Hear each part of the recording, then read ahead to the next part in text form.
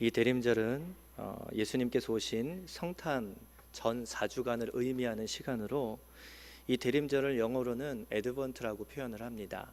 이 애드번트라는 말은 오심, 도래라는 뜻입니다. 대림절은 한마디로 예수님의 오심을 기다리는 절기입니다. 이 대림절 기간 동안 우리는 이 두 가지의 의미를 정확하게 깨닫고 알아야 합니다. 첫 번째 깨달아야 할 의미는 예수님을 이 땅에 보내신 하나님의 사랑, 그것을 깨달아야 한다라는 것입니다. 하나님이 세상을 사랑하셨습니다. 우리가 어떠한 죄를 지었어도 끝까지 우리를 사랑하십니다. 그 사랑 속에서 우리에게 기회를 주시고 우리를 기다리십니다.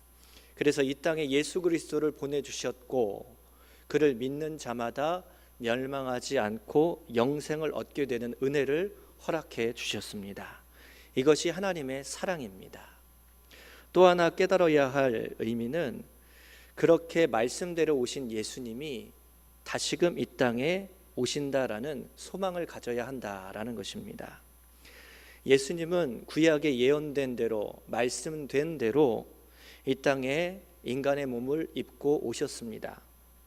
그렇게 우리를 위하여 주님께서 맡기신 사명을 감당하시고 죽으시고 부활하셨다가 이제 하늘로 올라가셨습니다. 그런데 주님께서는 분명 다시 오신다 말씀하셨습니다. 그렇기에 말씀대로 오신 것처럼 분명 말씀대로 다시 오실 것입니다. 그래서 대림절을 애드번트라고 영어로 표현하듯 재림을 영어로 세컨드 애드번트라고 다시 오시는 때다라고 그렇게 표현합니다. 주님께서 분명 오실 것이지만 그 날과 그 시는 아무도 알 수가 없습니다. 마치 마태복음 25장에 나오는 열처녀의 비유에서 소리 소문 없이 어느 날 갑자기 찾아온 신랑과 같이 말입니다. 그렇기 때문에 이 대림절 기간 동안 다시 오실 예수님을 기다리며 그 예수님을 소망함으로 지금의 삶을 살아가는 것, 그렇게 기다리는 모습 가운데 나의 삶이 적합한지 생각하고 점검하는 모습이 우리의 삶 가운데 분명 있어야 한다라는 것입니다. 하나님의 사랑 그리고 다시 오실 예수에 대한 소망, 이 두 가지를 품고 이 대림절 기간을 살아가야 할 것인데, 그렇다면 과연 이 두 가지의 의미를 가지고 우리의 삶 가운데 어떠한 삶의 내용들이 구체적으로 있어야 할 것일까요? 오늘 본문을 통해서 그 메시지를 함께 한번 나눠보려고 합니다. 이 두 가지의 의미를 갖고 가는 삶에는 가장 먼저 믿는 자답게 살아가는 모습이 있어야 한다라는 것입니다. 오늘 본문 말씀에는 동방에서 온 박사들의 이야기를 기록하고 있습니다. 동방에서부터 박사들이 별을 따라 아기 예수를 찾아옵니다. 그래서 유대 땅 베들레헴에서 태어나신 아기 예수님을 찾아가 그 앞에서 경배하고, 또한 그때에 준비한 황금과 유향과 모략을 예물로 드리며 그렇게 주님을 찬양하고 경배합니다.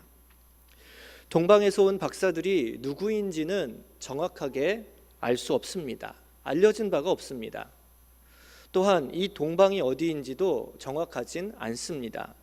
그러나 모든 것들이 불명확하나 한 가지 명확한 것이 있는데, 그것은 바로 동방 박사들이 유대인이 아니라 이방인이다라는 사실입니다. 이스라엘 백성들은 메시아를 기다렸습니다. 메시아가 와서 모든 정치적인 어려움들과 환난과 아픔들을 일순간에 다 바꿔줄 것을 기대하였습니다. 그런데 그 메시아가 지금 정작 오셨는데 그 메시아를 기다리고 있는 유대인들은 어디에 있는 겁니까? 그 유대인들은 어떻게 반응하고 있는 것입니까? 오늘 2절 3절 말씀 가운데 이렇게 기록합니다. 유대인의 왕으로 나신 이가 어디 계시냐? 우리가 동방에서 그의 별을 보고 그에게 경배하러 왔노라 하니 헤롯 왕과 온 예루살렘이 듣고 소동한지라. 어느 날 갑자기 동방에서 이상한 옷차림을 한 사람들이, 처음 보는 사람들이 와서 질문을 하는 겁니다. 유대인의 왕이 태어나셨다고 하는데 어디 계십니까? 우리가 동방에서부터 그의 별을 따라서 그에게 경배하고자 왔습니다. 이 소식을 듣고 3절 말씀에 보니까 헤롯이 놀라 소동했다라고 기록합니다. 헤롯이 놀랐다라는 겁니다. 사실 헤롯이 놀란 것의 정확한 초점은 유대인의 왕이 태어났다는 것, 그 사실 때문에 놀라고 소동한 겁니다. 왜냐하면 헤롯은 자기의 왕위, 왕권에 대해 굉장히 민감한 사람이기 때문입니다. 자기의 왕권에 도전하거나 거기에 위해를 가하는 자가 있으면 가차없이 죽이는 사람이었습니다. 그래서 실제로 자기의 왕위를 노린다고 의심해서 자기의 친세 아들과 아내와 처남과 장모까지도 직접 죽였던 사람이 바로 헤롯이었습니다. 그런 사람이었으니 유대인의 왕이 태어났다라는 소식에, 그 질문에 얼마만큼 많이 놀랐겠습니까? 그런데 문제는 헤롯만이 놀란 것이 아니라 성경은 분명 헤롯 왕과 온 예루살렘이 듣고 소동했다라고 기록한다라는 겁니다. 헤롯만 놀라고 헤롯만 예수의 태어나심을 거부한 것이 아니라 온 예루살렘, 즉 유대인도 놀랐다라는 것입니다. 개역 한글과 개역 개정, 우리가 읽고 있는 성경에는 구체적으로 나와 있지 않지만 성경을 번역한 다른 버전, 표준 세번역과 천주교의 200주년 신약성서 버전에는 헤롯과 온 예루살렘 그 사이에 그와 함께라는 단어를 삽입하고 있습니다. 즉 헤롯과 함께 온 예루살렘 사람들이, 그리고 유대인들이 예수의 오신 소식에 대하여서 거부하였고 받아들이지 않았음을 보여주고 있는 표현입니다. 분명 유대인들은 메시아를 기다렸는데 왜 예수님께서 메시아로서 이 땅에 오심을 그들은 거부하고 헤롯과 같이 소동하였을까요? 그것은 그들이 바라는 메시아가 아니었기 때문입니다. 그들이 바라는 메시아는 일순간에 강한 왕으로 군대를 이끌고 와서 지금 우리를 힘들게 만드는 로마를 일순간에 뒤엎어놓는, 그들을 정복하는, 우리를 이 이방 세력 가운데 높이 세워줄 만한 그런 강력한 왕인 메시아를 기대했던 겁니다. 그런데 지금 예수가 어디로 오셨습니까? 베들레헴 마구간으로 오시지 않았습니까? 아기의 모습으로, 낮고 낮은 모습으로 오시지 않으셨습니까? 그러니까 그들이 거부하는 겁니다. 그러니까 그들이 예수님의 오심의 자리에 나아가지 않는 것입니다. 내 생각, 내 입장만 강조하다 보니까, 그것을 가지고 신앙생활 하다 보니까 우리를 위하여 이 땅에 보내주신 메시아 예수 그리스도, 그 맞이해야 할 자리에, 정작 영광의 자리에 그들은 참여하지 못했다라는 것입니다. 마태복음의 저자는 마태입니다. 그런데 마태는 예수의 탄생 기사를 이렇게 기록하면서 이방인인 동방박사를 등장시키고 그에 반해 기다리고 소망했던, 메시아를 대망했던 그런 헤롯을 위시한 유대인들을 이방인의 모습과 극명하게 비교시키고 있습니다. 과연 무엇이 믿는 자의 모습인지, 무엇이 믿는 자답게 살아가는 모습인지를 이 말씀을 통하여, 이 기사를 통하여 읽는 독자에게, 오늘을 살아가는 우리들에게 명확하게 지적하고 있는 것입니다. 여러분, 무엇이 믿는 자답게 살아가는 걸까요?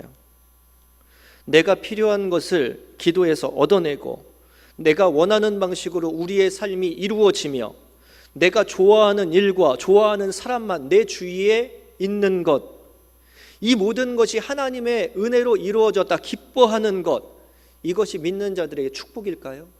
이것이 믿는 자들의 삶의 방식이요 신앙의 내용일까요? 아닙니다. 신앙은 언제나 내 뜻을 내려놓고 내 방식을 내려놓고 예수를 주인으로 모시고 성령의 바람을 따라 하나님의 뜻을 따라 살아가는 것, 그것이 바로 신앙입니다. 그래서 신앙을 품고 신앙생활을 하는 사람들은 내가 싫어하는 일도 해야 되고 내가 가기 싫은 곳도 가야 하며 내 뜻과 상관없는 일에 열심을 내고 헌신도 해야 하는 것입니다.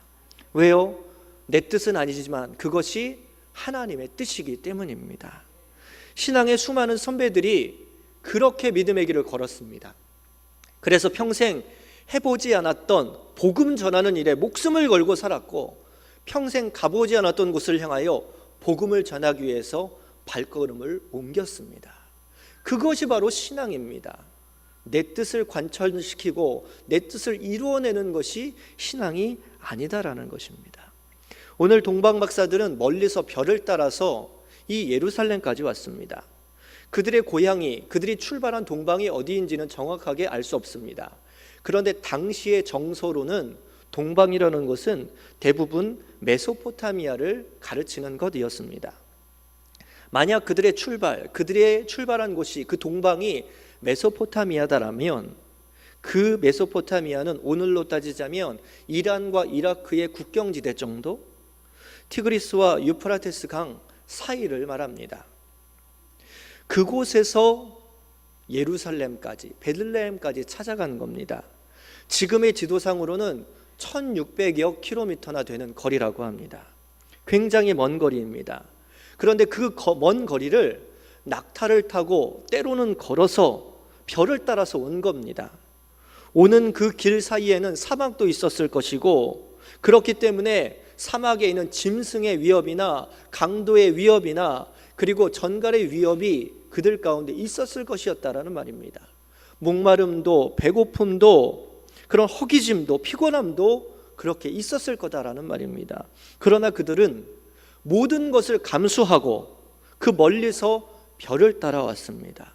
왜요?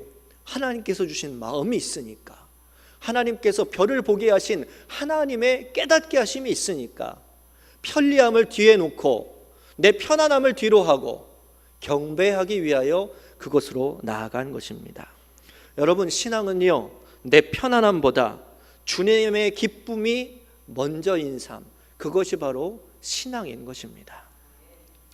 우리 교회에서는 멀리서 오시는 분들이 있습니다.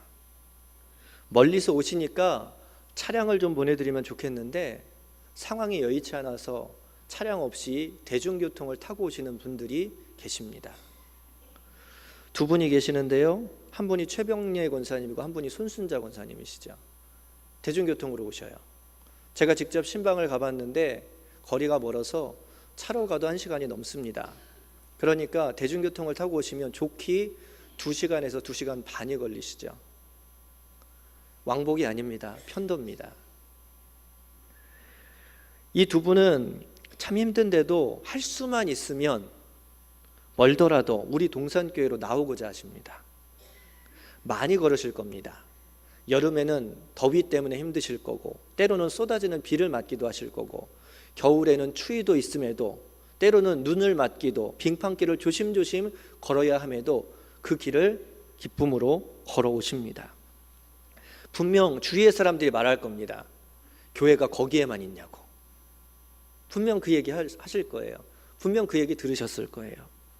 왜 그렇게 멀리까지 교회를 가냐고, 그것만 교회냐고, 거기에만 하나님 계시냐고 그렇게 얘기할 겁니다. 그러나 이분들이 그런 소리를 들음에도 불구하고 이 자리를 지키며 나아오시는 이유는 교회를 사랑하기 때문이요, 예수를 사랑하기 때문일 것입니다. 그렇게 불편함도 피곤함도 마다하지 않고 주님 주신 마음이 있기에 이곳을 향해서 나아오시는 줄 믿습니다.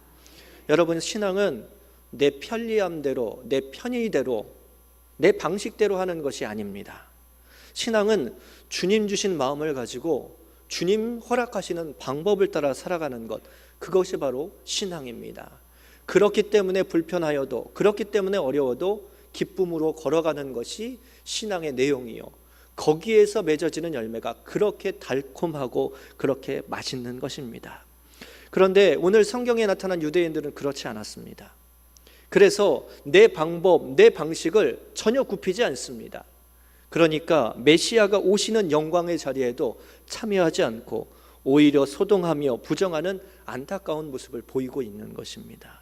오히려 유대인이 아닌 이방인들이 경건한 모습으로 주님의 마음을 품고 그 자리에 나아가 경배하고 있는 것입니다. 오늘도 여러분, 불편하지만 어렵지만 주님 주신 마음으로 주님의 방식대로 신앙의 길을 걷는, 믿는 자다운 여러분들이 되시기를 주님의 이름으로 간절히 축원합니다. 또 하나 이 대림절 기간 동안 얻을 수 있는 메시지는 두 번째로 경배하고 찬양하는 삶을 살아야 한다라는 것입니다. 예수님의 탄생 기사는 신약 성경의 마태복음과 누가복음 딱 두 곳에만 등장을 합니다. 누가복음에 있어서는 목자들이 예수님께 아기 예수를 찾아와서 그를 봅니다. 그리고 하나님께 영광을 돌리며 찬양하는 모습을 보여줍니다. 그리고 오늘 마태복음 2장에서는 동방에서 온 박사들이 아기 예수께 경배하고 있음을 보여주고 있습니다. 이들이 공통적으로 한 행동이 무엇인지 아십니까? 그것은 아기 예수를 보고 찬양하고 경배하였다라는 것입니다. 여러분, 하나님께서는요, 우리가 하나님 앞에 나와 찬양하고 경배하는 그 삶을, 그 모습을 너무나도 바라고 그것을 기뻐하신다라는 것입니다. 여러분, 경배는요, 엎드리는 겁니다. 나를 낮추는 겁니다. 내가 바짝 엎드려져서 상대방을 높게 만드는 것, 그것이 바로 경배입니다. 다시 말하면 나를 낮추는 겸손의 모습이다라고 할 수 있습니다. 겸손이 나를 낮춤으로 하나님을 높이는 겁니다. 겸손이 나를 낮춤으로 모든 영광이 나에게 돌아오지 않고 하나님께 돌아올 수 있도록 하나님의 이름을 존귀하게 만드는, 그것이 바로 하나님 앞에 경배하는 것입니다. 또한 찬양은 그 존재를 공적과 위엄과 또한 권위를 드러내므로 그 상대를 높이는 것이 바로 찬양입니다. 그래서 수많은 찬양이 기록된 시편에서는 하나님의 위대하심, 하나님의 능력, 하나님의 베푸신 은혜와 기적들을 많이 드러냅니다. 그렇게 능력과 권위를 드러내므로 그렇게 영광을 높이는 것이 바로 찬양입니다. 여러분, 이 경배와 찬양이 우리의 삶 가운데는 꼭 필요합니다. 하나님께서는 이 경배와 찬양을 받으시길 원하십니다. 그래야 우리 삶에 다가오시는 하나님의 손길, 하나님의 권위, 하나님의 능력을 우리의 삶의 현실로 누리며 살 수 있기 때문입니다. 하나님은 그렇게 하나님과 우리 인간들이 교제하며 살며 하나님을 의지하며 하나님의 보호하심 가운데 기뻐하며 살기를 바라신다라는 것입니다. 이는 출신 배경 전혀 상관이 없습니다. 마태복음에 나타난, 오늘 본문에 나타난 동방의 박사들 이방인입니다. 누가복음에 나타난 목자들 가난한 자들입니다. 당시 이스라엘의 관점으로 볼 때 사회적 약자로 표현되는 존재들입니다. 그러나 하나님은 그들의 모습과 상관없이 그들의 경배와 그들의 찬양을 기뻐 받으셨고 영광을 받으셨습니다. 하나님은 자격과 요건을 보시지 않습니다. 오직 하나 보시는 것은 찬양과 경배를 드리는 그들의 중심이고 그들의 준비를 보신다라는 것입니다. 오늘 동방박사들은 멀리서 주님을 찾아왔습니다. 그런데 먼 길을 오면서 이미 아기 예수께 드릴 황금과 유향과 모략을 준비하여 드렸음을 오늘 볼 수 있습니다. 황금은 우리가 잘 알고 있듯이 금덩어리입니다. 귀한 가치가 있는 물건이죠. 유향은 동아프리카와 아라비아에 거기 서식하고 있는 나무에서 추출한 향수입니다. 그런데 이 유향은 고대에 제사를 드릴 때 제의적인 그런 목적으로 사용된 향수입니다. 또한 유향은 똑같이 동아프리카와 아라비아에서 나오는 나무에서 추출한 향수인데 유향과는 좀 다르게 냄새가 좀 톡 쏘고 특이한 향을 갖고 있어서 시체가 썩는데 그 냄새를 없애기 위하여 방부제로서 향료로서 쓰이는 것이 바로 모략입니다. 이것들은 모두 다 가치가 있고 귀한 것입니다. 그런데 이 귀한 것들을 동방박사들이 준비해서 왔음을 성경은 기록하고 있습니다. 그리고 11절 말씀에는 이 황금과 유향과 모략을 보배압에 담아 갖고 왔음을 보여줍니다. 11절에는 이렇게 기록하죠. 보배압을 열어 황금과 유향과 모략을 예물로 드리니라. 이 황금은 예수의 왕권을, 유향은 예수의 신성을, 모략은 예수의 순환과 죽음을 상징한다고 그렇게 학자들은 해석합니다. 그런데 그것은 해석의 부분이에요. 정말 중요한 것은 이 귀한 것들을 동방 박사들이 출발하기 전부터 이 오랜 시간 동안 여정을 치러오면서 미리 준비하여 그것을 왕께 드리려고 준비하여 왔다라는 겁니다. 특히나 아까 보배합을 열었다라고 얘기하는데, 보배합이라는 그 단어가 성경에는 복수형으로 쓰이고 있어요. 즉 이 보배합 하나에 3개의 예물이 다 들어있는 것이 아니라 한 사람 한 사람 한 사람, 이 3사람이 각자 보배합을 준비했고 각자의 예물을 넣어서 여기에는 황금, 여기에는 유향, 여기에는 무력이 각각 들어있는 보배합을 가지고 왔다라는 겁니다.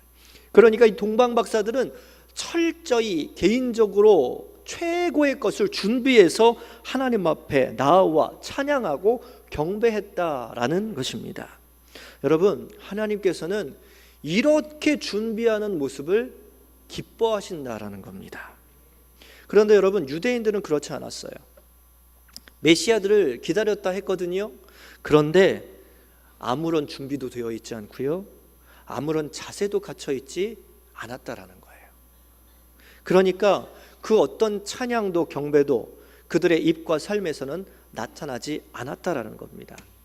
여러분, 하나님께서는 준비된 예배, 준비된 제물, 준비된 제사를 받길 원하십니다. 여러분, 우리의 예배는 어떻습니까? 여러분, 이 자리에 나오기까지 어떠한 준비, 어떠한 자세로 주님 앞에 나오셨습니까? 아무런 준비 없이 그냥 주님 앞에 나온 것은 아닙니까? 그냥 습관을 쫓아 이 자리에 앉아 계신 것은 아닙니까? 여러분, 이 대림절 기간 동안 준비하여, 예물을 준비하여 주님 앞에 나온 동방 박사들의 그 삶의 자세를 배우고 또한 바라보고 붙들 수 있는 은혜가 있기를 원합니다. 그렇게 드리는 예배 가운데 하나님의 은혜가 있고, 그렇게 준비된 제사 가운데 온전한 하나님께서 주시는 영광이 거기에 나타날 수 있게 되는 것입니다. 오늘도 이 대림절 기간 동안 그렇게 준비하는 자세가 여러분들 가운데 있게 되기를 주님의 이름으로 간절히 소망합니다. 세 번째로 우리가 가져야 할 이 자세, 순종하는 모습을 가져야 한다는 겁니다. 이 동방 박사들이 예루살렘까지 별을 따라왔습니다. 고난 끝에 예루살렘에 도착했는데 그들의 상식으로는 왕이 당연히 왕궁에서 태어난다라고 생각한 겁니다. 그러니까 왕궁에 들어가서 왕을 찾습니다.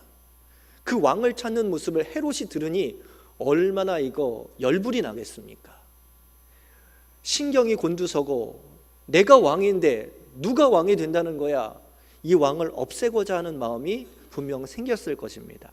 그래서 동방 박사들을 보내며 요구하기를, 너희가 가서 그 태어난 왕을 찾아서 경배하거든 나에게 와서 나도 경배하러 갈 테니까 어디에서 그 왕이 태어났는지 알려달라라고 요구를 합니다. 그렇게 하고 동방 박사들을 보내죠. 그런데 그렇게 떠나간 동방 박사들은 이제 마국간, 베들레헴 마국간에서 예수를, 아기 예수를 만납니다. 상상도 못한 환경에서 예수를 만났지만 그들은 기뻐하며 아기 예수께 경배합니다. 그런데 돌아갈 때에는 헤롯에게로 가지 않습니다. 12절 말씀에 보니까 그들은 꿈에 헤롯에게로 돌아가지 말라 지시하심을 받아 다른 길로 고국에 돌아갔다라고 기록하고 있습니다. 여기서 우리는 동방 박사들의 순종의 자세를 보게 됩니다. 이 동방 박사들이 예수를 만나고 그 소식을 헤롯에게로 가서 알려주었다면 어떻게 됐을까요? 왕권의 목숨을 건 헤롯에게 이 정보는 정말 중요한 정보입니다. 그러니까 이것을 알려주면 동방 박사들은 환대를 받았을 거고 어쩌면 큰 보상을 받았을런지도 모릅니다. 왕국을 든든하게 세웠다고 훈장을 받고 그렇게 공신으로 인정받았을지도 모릅니다. 대가가 아주 컸을 겁니다. 그런데 그들은 계시받은 대로 다른 길로 돌아갔다라고 성경은 기록합니다. 꿈에 누가 계시했을까요? 그것은 바로 헤롯의 마음과 계략과 왕을 죽이고자 하는 마음을 알고 계신 하나님, 성령님께서 그것을 계시하셨을 것입니다. 하나님께서 이끄셨던 겁니다. 그런데 그 계시를 따라 쫓아가는 길은 위험한 길입니다. 지금 헤롯이 신경을 곤두세우고 있습니다. 왕을 죽이고자 하는 마음이 있습니다. 그런데 그런 헤롯을 두고 다른 길로 돌아가는데 만약에 헤롯이 그것을 알게 되면 가만히 있겠습니까?